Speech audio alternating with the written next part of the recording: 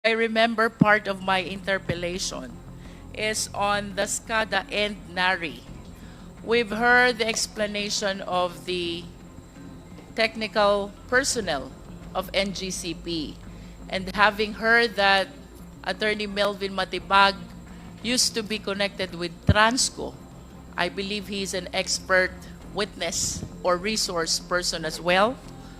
I wish to request Attorney Matibag to please enlighten us what is ESCADA, what is NARI, and kindly correlate their significance to each other. Well, yung SCADA po, thank you po, no? Yung SCADA is the system. Yung po yung, that's generic, yung parang yun yung that is supervisory control and data gathering na ginagawa po nila. No? Yung NARI po, that is the brand of the equipment, hardware, software, na nilagay nung pumasok po ang NGCP. Before that, ang nandun po is GE, tsaka ABB. Bago pa po lahat yan, bago lahat yung mga system na yan, nilagay nila yung NARI. Kaya nung pinag-uusapan natin yung problema ng China, kaya po lumalabas yan, kaya may suspecha tayo. Dahil, kagaya ng explanation ko po, ulitin ko po kanina, ang cellphone natin to iPhone, this is the hardware. But this is run by a software, iOS. Kayo po ba naniniwala na yung nilalagay nyo dyan, hindi nakikita dun nung gumagawa? Knowing that ang NARI is proprietary. May source code po yan. Kanina sinabi, nasa kanila raw yung source code. Parang yung election po, since mag-election, COMELEC, may source code dyan. Nakikita ng COMELEC yan. Alam po yan ng COMELEC. Bakit nilagay yung NARI? Nung tiningnan po namin kung ano yung NARI, is a state-owned company of China na sila provider po ng mga equipment, as intelligence equipment, military po, kasama po doon sa mga military grade po. In fact, when we do the research, lumabas sa website nila noong December 2019, lumabas doon sa website nila na sinasabi pa nila na 100% they control the power grid of the Philippines. Nung iniraise po namin yung issue na yan on the next hearing, wala na po yung website. Binura na yung nakalagay na yon. Pero meron po kami noon. In fact, we provided the Senate. I think meron din pong kopya rito dahil nag-hearing din dito. Attorney Matibag, if I may interrupt, Papo. that publication, correct me if I'm wrong, is the same printout that we flashed during the last hearing. That Do is you correct confirm po. that? That is correct. Sa website po, lifted from the website of NARI. So you confirm that from the website of, is it not the State Grid China Corporation's publication and not NARI? NARI publication po yun, and NARI is a state-owned company, the same as State Grid of China, a state-owned company of China. I understand. So NARI is a subsidiary of State Grid China They are Corporation. separate company po. If we are familiar with the ownership sa China, alam nyo, mga state-owned po yan, mga government-owned. Parehas po sila. And when you research doon sa website, noon nga, sa website ng NARI, lumalabas doon, they supply military intelligence, mga equipment na parehas ng ginagamit po sa atin. Ngayon, yung pong data gathering, ang tanong ko nga, anybody can answer po siguro, educate me. Kayo po ba naniniwala yung cellphone nyo, yung mga nakalagay dyan na data, yung mga pinapasok nyo dyan, hindi alam nung gumawa nito. Hindi ba pag nalock nga to, pwede ka nga mag-message, sasabi ka nga ron, mabubuksan mo. For the enlightenment of the Filipino people who are watching us, Attorney Matibag, you mentioned about iOS. Opo. No? So let me borrow your term. Would you confirm if I would say that NARI is similar to being the iOS of SCADA? Tama po, kasi yung hardware and software, parehas pong NARI. I think they can confirm that. Ayun, sinasabi nila, nasa kanila yung source code. Then I go back to go to the next level. Sabi nila may audit. Question, meron po bang cyber audit na naganap? Nandoon daw yung NICA. I know that eh. Kaya po sila pumayag dyan. They were ordered by the Senate at that time, papasukin, mag-imbestiga. Pumasok.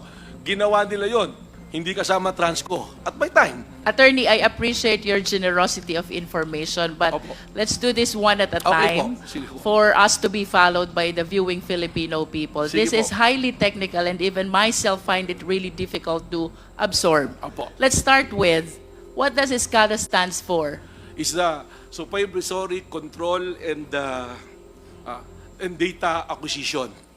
How about NARI? What Yung does NARI it po stand is a for? brand. It's a brand. Yeah, Parang but it is icon. an acronym. What does NARI stands for? NARI. Wala po sa website. Anyone nila from NGCP? Because according to you, yun. this is an equipment which you are using in the operation of NGCP. Nanjing Automation Research Institute. Did you say Nanjing? Opo. Nanjing Automation Research Institute. Institute. Opo. Okay. Following your statement that NARI is the iOS of SCADA, Opo. would it be correct to say that this system can be controlled remotely, 100% similar po. to my Apple? 100% po, Phone. pwede. Because there was already, may nangyari na po na may nasira noon. It was repaired remotely. From China, hindi po kailangan bumahin ng technician para pumunta rito at ayusin pa yung nasira. Nangyari Alright? na po yan, 2 beses na. And considering that NARI originated from Nanjing, would it be possible also that somebody from Nanjing will be operating our system SCADA here in the Philippines, remote? The one operating is in Nanjing, and the hardware is here, the SCADA at NGCP. Very possible po with the technology now. 100% possible po yan. Kasi nangyayari nga po I will cite an example if you will allow me, ma'am. Yes, Sa Ukraine, twice there was an attack, cyber attack, sa power grid mismo. Napasok. Hindi po sila pumasok na may baril na pinasok pa yung control center and all. It was hacked. 3 days before na power up ulit ng Ukraine. And to find out, intelligence services noon, they found out na that is prelude already doon sa nangyayari ngayon na gera. Kanina, Attorney Matibag, you made mention about the nature of this NARI, the company, Opo. that it has something to do with the military of China. Can you Opo. please expound on this? Yun po yung sinabi sa website nila. Kasi they also supply military hardware. In other words, the business of NARI is the supply of highly sophisticated Hardware technology, and software po. hardware and For software, communication and data gathering. which can be used as well by the military. Opo. If you will allow me again, ma'am, Yes, please. just recently, United Kingdom, they have 15% the equipment na NARI, they remove it. Why did they remove? For reason of national security po. Example na lang po, hindi ba, ang Amerika, they ban TikTok. Bakit? Because sabi nila, they suspicion lang that is being used to gather data sa Amerika. Sayo nga po, nandun na mismo yung system, hardware and software. NARI, China. Nagpapatakbo, China. I may agree with Engineer Clark na sige, sa akin yung source code. Pero sino pang may aram ng source code? Tama po kayo nung sinabi nyo nung last hearing. The creature cannot rise above the creator. Tama po yun. Ako, I'm certain of this. Huwag na po tayong magtalo sinong mas Pilipino tsaka sinong hindi Pilipino, sinong kampi sa China. Hindi. I'm stating kung ano po yung factual na nangyayari. And anybody can refute it. They may do so. Mr. Chair, considering that the informations which are being shared to us by Attorney Matibag is indeed alarming, would it be possible for the committee to invite a representative from NARI, Nanjing Automation Research Research Institute. Institute? I believe this is a Chinese Yes. corporation. Well, ma'am, if you will allow me, no? Please. This is really, ako po natatakot. Bumubulong nga ako kay Chair mo na hindi na lang yung pera yung pinag-uusapan natin dito eh. We're talking about our sovereignty. Sovereignty yan natin. And our sovereignty has no price tag. Hindi na po tayo kailangang lusubin or anything eh. Kalikutin lang nila yung power grid natin. Just imagine, anyone who's listening now, and anyone who's saying na wala pupuntahan itong pinag-uusapan natin na to, isipin nyo lang, 1 linggo, 2 linggo, 1 buwan wala tayong kuryente. Madali po yung sinasabi nila eh. Sasabihin nila, I'm guaranteeing it, I'm guaranteeing it. Pag nangyari na po, asan tayo lahat? Asan tayo lahat? UK made the move. Ako po, kaya ako nagsasalita ng ganito. My position before, I'm not talking about the commercial transaction na ng NGCP. Okay na yan. May pera, may kinikita. It's good thing. One good congressman mentioned about the Maharlika Wealth Fund. It's a sovereign wealth fund. Ang tawag niyan, sovereign wealth fund. In fact, I'm writing an article sa dyaryo, sinulat ko yan, that we must support the Maharlika Wealth Fund and invest it in transmission. Kasi total, may 20% na dapat dinisperse to the public. The reason why is hindi para kumita yung gobyerno, for me, but the reason is to protect our sovereignty. Para meron tayong magche-check man lamang.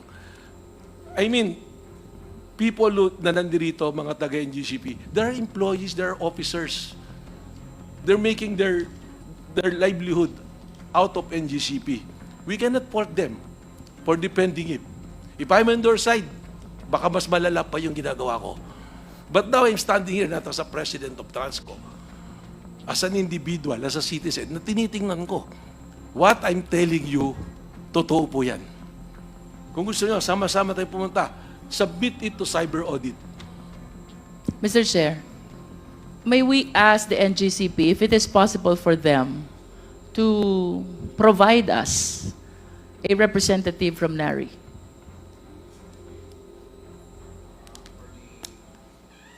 Can reply. Attorney Paul, Attorney... Mr. Chairman, can I pass the mic to Engineer Clark? Mr. Chair, I believe that the question is answerable simply by a yes or a no, whether they Yes. will provide a representative or not, with all due respect. They would like, the question is, can we ask NARI to appear before this committee? Can you help us I to believe we answer cannot. some questions that the committee has, even in an executive session? We'll try to ask our Chinese partners, but definitely, Mr. Chairman, at the moment, personally, I cannot. I do not even know a representative from NARI. Okay, thank you. Because So this we is a will- Chinese corporation. And chances are, the people in NARI are all Chinese people. And that's what make this situation so difficult for us Filipino citizens. Yes, Attorney Melvin, Mr. Chair. Mr. Chair, it defies logic yung sinasabi. I apologize, pero para sa akin, hindi ka tanggap-tanggap eh. NARI is a supplier. Ibig sabihin, contractor ng NGCP yan. Hanggang ngayon, binabayaran nyo yan. Hindi naman pwedeng hindi nyo imbitahan. And they will say, kung hindi kayo mag-appear dito, tigil na namin bayad, kuha na kami ng iba na supplier. I don't know. I might be wrong. I will leave the better judgment to the honorable gentlemen and gentlewomen of this honorable committee. Thank you. That's something that we will have to discuss and request. Because I think it does make sense that if they are your supplier, then for transparency, without going into issue of protocols, or then we can ask. Because I think there are questions. May I know, Mr. Chairman, Yes. if I may, I think we need an answer from them. If Congresswoman- supplier nila talaga yung yes, NARI. yes, Attorney Paul, they are your supplier, correct? Yes, sir. They're your na- supplier. Apo. So, binabayaran niyo yan buwan-buwan. Sir, I would just like to clarify regarding the points being raised by Mr. Matibag. First, on the hardware. Yes, sir. Mr. Chair, Binabayaran niyo ba buwan-buwan yan as a supplier? Yes, sir. Yeah, Okay, klaro tayo. no, sir. Not every month. Once they supply the equipment, the software, and then after the commissioning, full control and operation is with. How is about, within us. after sales service? You have, sir, we maintain maintenance service agreement with them. So kung Yun. pag may problem Yun, po, may ano pa yun. pupunta So may sila. relationship pa rin kayo. Meron pa Thank rin you. po. Okay, klaro yan. Mr. Chairman, sorry again, no? Yeah, don't Pero go tomorrow. I couldn't understand bakit ang sagot ni attorney hindi niya kaya imbitahin. Eh, meron palang working relationship sila. Attorney. That's why, with the answer of our technical partner, Mr. Chairman, we will endeavor that a representative from, if we can, NARI, will attend the next hearing. Proceed. Mr. Chair. Before, kasi related to eh. Because I noticed the consultant for the regulatory reset of ERC or foreigners, but they are here. Hindi po ba Chinese New Year sa kanila? Hindi po. So, yun lang po. I just have to make a point. Mr. Chair, we will go back to you, Attorney Matibag. But please let this representation continue with the interpellation. Kanina po nabanggit yung Senate hearing. Our resource person relayed to us that President Almeida made a testimony about the cyber attacks, whether it is against the corporate system or the system of NGCP. I wish to be certain. The committee wishes to be certain. We have reports as well that in the same Senate inquiry, Transco consultant by the name Ronaldo Del Mundo testified that NARI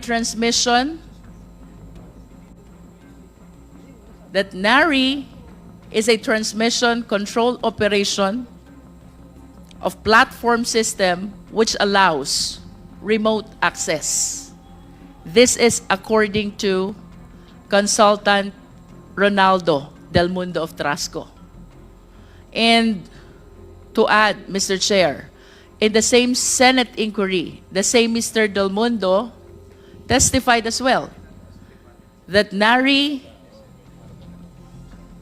is a computer control na pwedeng mag-switch on, switch off ng circuit breaker ng power plants.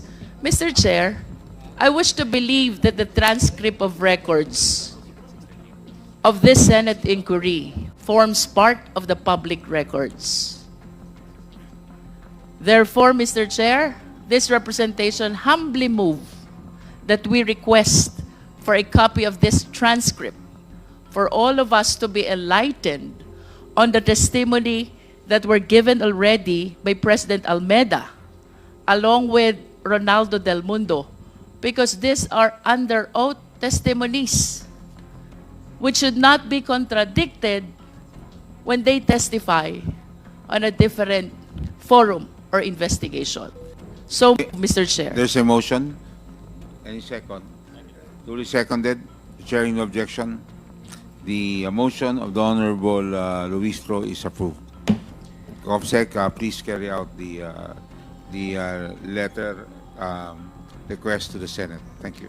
Mr. Chair, I recall likewise that during the last hearing, I manifested my desire to conduct an ocular inspection of this system control, which we allege as NARI until we are able to verify, of NGCP. However, Mr. Chair, I found out from the records that since 2019, in spite of the regulatory power given to Transco, to ERC, wala pa palang nangyayaring system audit dito sa system control ng NGCP ever since. May we request a confirmation from NGCP? May we request President Almeida?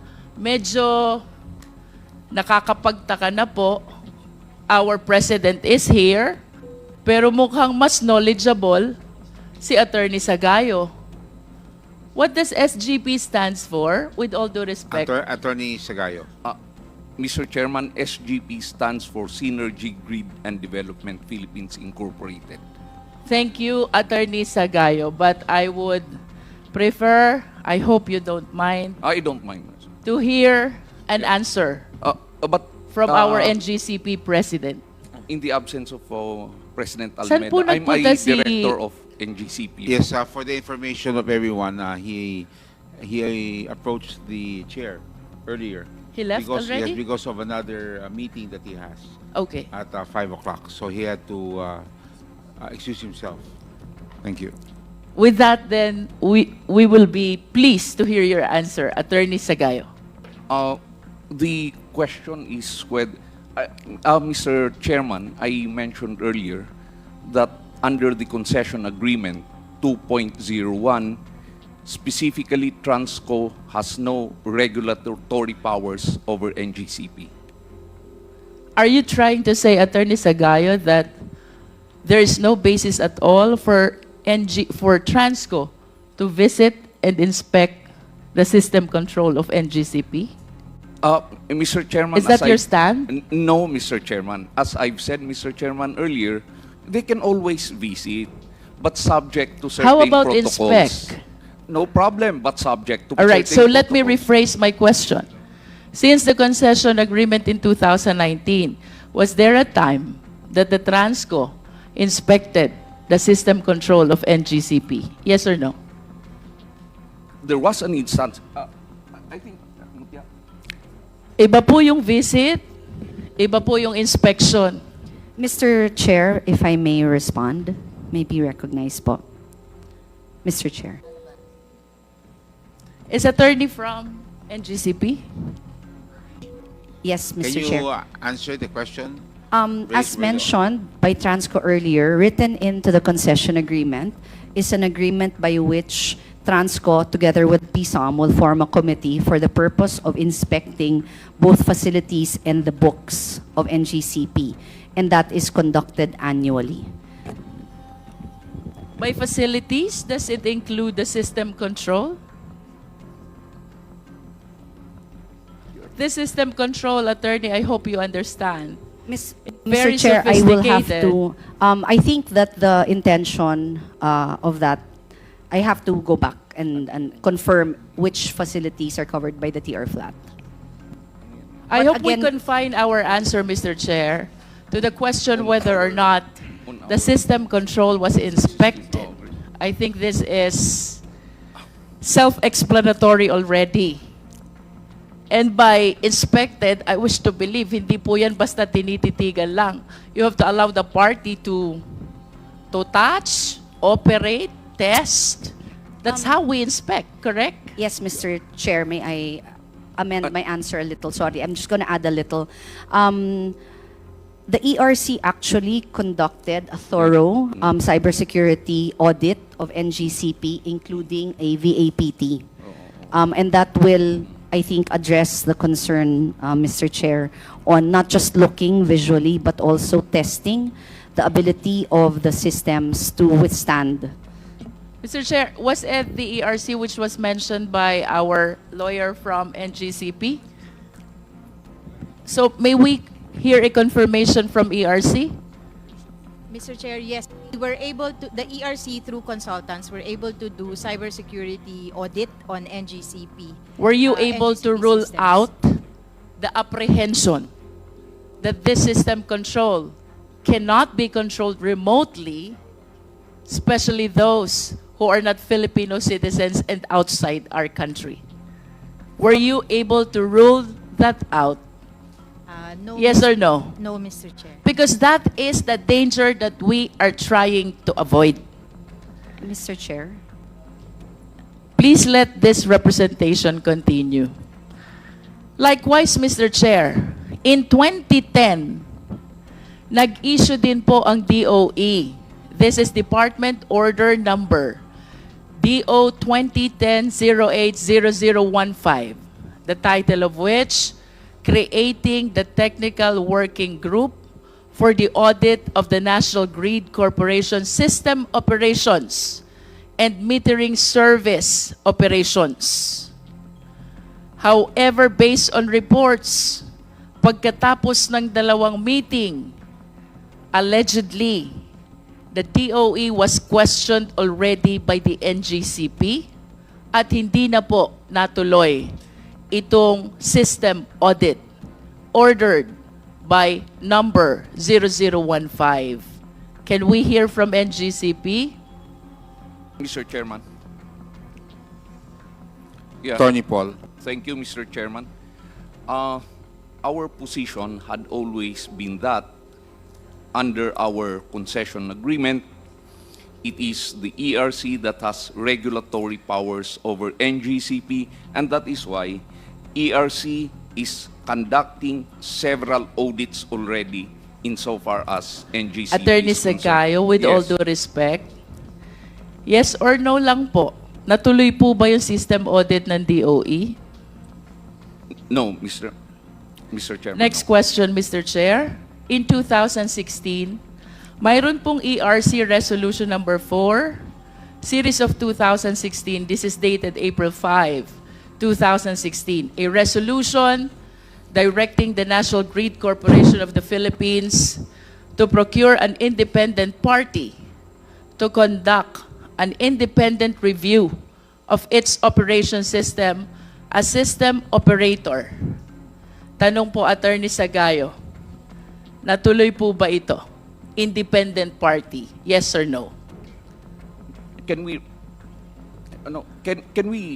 check that ERC resolution? This is the first time that I heard that, Mr. Chairman. But at least you can state for a fact whether nagkaroon po ng independent party provided by ERC to conduct the system audit. The ERC is conducting audit now on several fronts, Mr. Chairman. Mr. Chair, since the answer of Attorney Sagayon is not completely responsive to the question, may I direct this question to ERC? Kayo po ba ay nag-engage ng independent party to conduct the system audit? Not in the 2016 period, Mr. In other Chair. words, Attorney Di Malanta, this ERC Resolution Number 4, Series of 2016, was never realized. That's what I was asking, Mr. Chair. That was before my time, but I understand it was not carried out either. And Mr. Chair, to continue, 2017, nag-issue din po si DOE Secretary Alfonso Cusi, Department Circular Number DC 2017-12-0016, the title of which, Adopting the Guidelines for the Performance Assessment and Audit of All Power Generation, Transmission, and Distribution Systems and Facilities. Ito po ba'y natuloy, Attorney Di Malanta? As far as I know, Mr. Chair, hindi rin po yan natuloy. Having said all those, bakit po kaya hindi matuloy ang system audit ng NGCP? Mr. Chair, for the record, the ERC was able to do a system audit in 2020, kailan po ba yan? 2022 po. Yung mga nabanggit po na resolutions, hindi po yun na-implement for various reasons. I think there were some hesitation or reluctance on the part of the auditee. On the part of NGCP po. Do you confirm that hesitation and reluctance on the part of the NGCP? Oh, which one? That we are reluctant. Regarding the system audit, why this 2016 and 2017 orders of DOE, ERC were never pushed through? Mr. Chairman, what we have been saying all along is it is the ERC that has regulatory powers over NGCP. And when it was ERC that ordered the audit of NGCP, we cooperated. Whatever documents that they required, we submitted. Nonetheless, Mr. Chair, let me wind up on this. Since 2009, there is no system audit conducted which will rule out the apprehension that this system control of NGCP cannot be controlled remotely.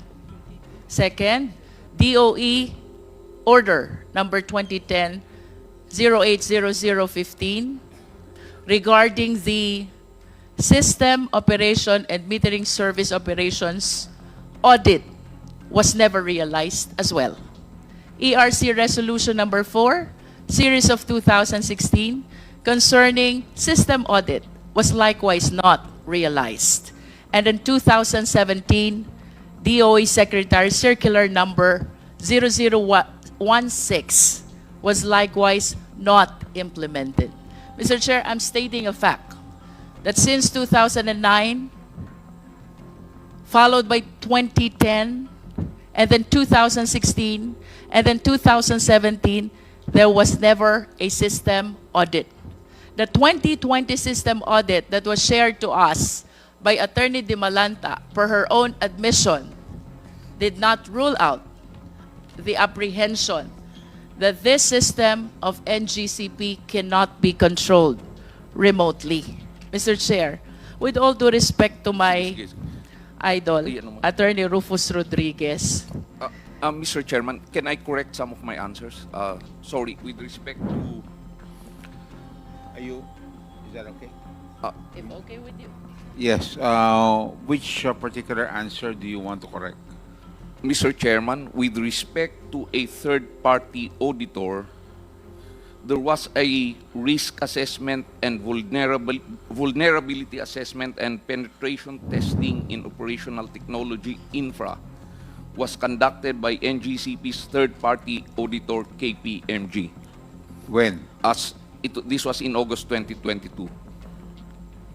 Mr. Chair, the question is about ERC Resolution number 4, Series of 2016. These representation are manifesting facts which happened in 2010, in 2009, in 2016, and in 2017. And in conclusion, Mr. Chair, all the system audit mandated by various resolutions and circulars were never realized. Mr. Chairman, I was mentioned as an idol. So may we know on what connection? By my idol also? One of the best performing members of the Quad Committee and also now here? What was it about? Because I also have to answer, the right to reply. Mr. Chair, earlier, the Honorable Rodriguez manifested that the chairmanship of the board is allowed for foreign nationals. During his interpellation, it was likewise manifested that the chief technical officer was seemingly allowed by DOJ permits and other agencies' documentation.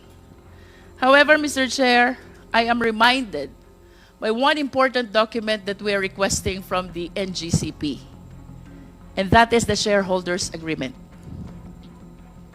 I wish to humbly submit, Mr. Chair, that we will not be able to determine really whether the chairman exercised managerial and executive function and even the chief technical officer until and unless we see the shareholders' agreement.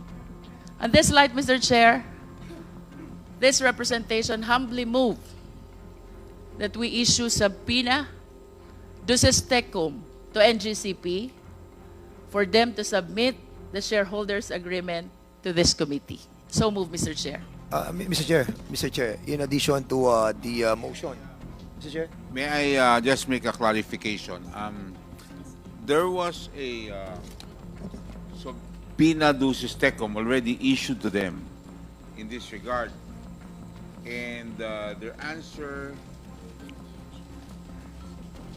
is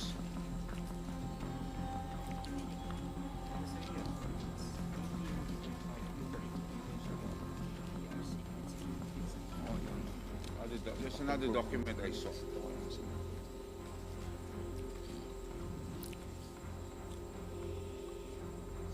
Well, anyway, that I remember seeing that I was present. I confirm that, Mr. Chairman. There was a subpoena issued on the it said share. here sent January 22, signed by Cheryl Saldena de Leon, Corporate Secretary of Synergy Grid Development Philippines. We note that the first item under subpoena duces tecum, the shareholders agreement among SGP, OTHI, and P21 does not exist. Thus, no such document is in SGP's records. Mr. Chairman, what we are asking is not the shareholders agreement between SGP and the NGCP. What we are asking is the shareholders agreement between NGCP and the State Grid of China. Yung pong hinihingi natin is State Grid of China. Okay. Para malaman po Okay, natin. so kung, there's a doon po motion. Sa agreement, Mr. Chairman, if I may. Para malaman lang po natin kung ano po nakalagay doon kung talagang kinokontrol ng Chinese yung kanila pong Okay. maintenance operation. So is that correct? That will be agreeable, Mr. Chair. Yes, so that's the motion. I recall, Mr. Chair, that both the chairman and the chief technical officer are both stockholders. So I wish to see as well from that document what participation do they have with respect to the management of the NGCP. Okay, subpoena duces tecum on the motion of the Honorable JINKY, Luistro, duly seconded by the Honorable Roger Gutierrez. The chair, no objections. Motion is approved. We now proceed. You still have the floor. Chairman, Yes, Honorable Rufus just like Rodriguez. to make some comments regarding the manifestation Please. of Congresswoman Luistro. It was stated that the NGCP, there was really no compliance of the order of the ERC and also the DOE for the audit. Is that correct? Congresswoman, yes. I believe, Yeah. Honorable Rodriguez, that I read the title of the Yes. circular and the resolutions Yes. which I mentioned. Yes. Yeah. Mr. Chairman, the ERC is the regulatory agency with all the powers to regulate NGCP. It's not a matter of they're not interested to have that implemented or the resistance, because it is the ERC who should have implemented it whether they like it or not. It is not the fault of NGCP that there was nothing done, because you are the regulator. Is that correct, Ms. De Malanta? That's correct. Yeah, you are. So therefore, the So, fact that continue is not the fault of NGCP. It is the ERC which has failed to implement it. And she Yes, was not yet the head at the time. Chair Di Malanta, Yeah. please reply. Mr. Chair, if I may reply. As recognized by the Honorable Representative, I am not able to explain why it was not implemented in 2016. But when a new performance assessment was organized by the DOE, and then we participated also because of the position of NGCP that only ERC is the one that they recognize. We participated and led the assessment, but still NGCP refused to provide those documents, and we have letters to show Mr. Chair that they refused. So, but we continued with the assessment. Then you Mr. should Chair. direct them under pain of contempt and pain of penalty. That is how a regulatory agency would do. We did, Mr. Chair. If you are sleeping on the job, they have first a resistance and you will not insist. What kind of a regulatory agency are you? You have to do it. Yes, I'm Mr. glad that Chair. you are now there and you have already started that. And that is not their fault that 2016, 18, 19, 20, there was no systems audit because you did not insist. You have the full powers and yet you waive that power. So just that, Mr. Chairman, to put it in the proper perspective, it could have been done. And we wish it will be done during your term. And let them not resist it. Otherwise, you penalize them. That is the power of the ERC. Thank you, Mr. Chairman. Much, Attorney Rufus Mr. Chair, Rodriguez. The Honorable Jinky, I wish to wind up. please. The apprehensions that we are facing right now about having our national grid possibly controlled by foreign national, is right before our eyes. While it is just an apprehension, this is a question that needs to be answered with absolute certainty. With our present situation in the West Philippine Sea, Mr. Chair, I hope the Filipino people are walking with me right now.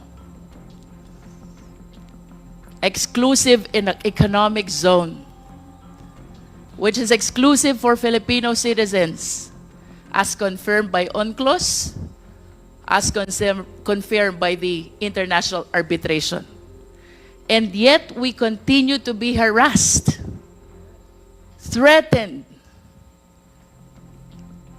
and even injured by foreign nationals right in our sovereign land. With this situation, will you have the peace of mind na ipagtiwala ang kaisa-isa mong national grid sa kaaway mo sa West Philippine Sea? Will you have the peace of mind that the national grid relies on these Chinese citizens who are maligning, harassing, threatening our fellow Filipinos? Will you have the peace of mind that no Filipinos understand this technology and only Chinese engineers do? Will you have the peace of mind that the technology can be controlled by somebody in Nanjing, leaving all of us helpless? All aspects of Filipinos' lives rely on electricity. Manufacturing, transportation, communication, you name it. What will happen to us if indeed this technology is under Chinese control and they decide to sabotage our country? I can be wrong. We can be wrong. But the question is, what if this apprehension is correct? My point, Mr. Chair, to NGCP, give us the concrete, tangible, apparent, and absolute reason to believe that our transmission grid is under Filipino control and never under the Chinese control.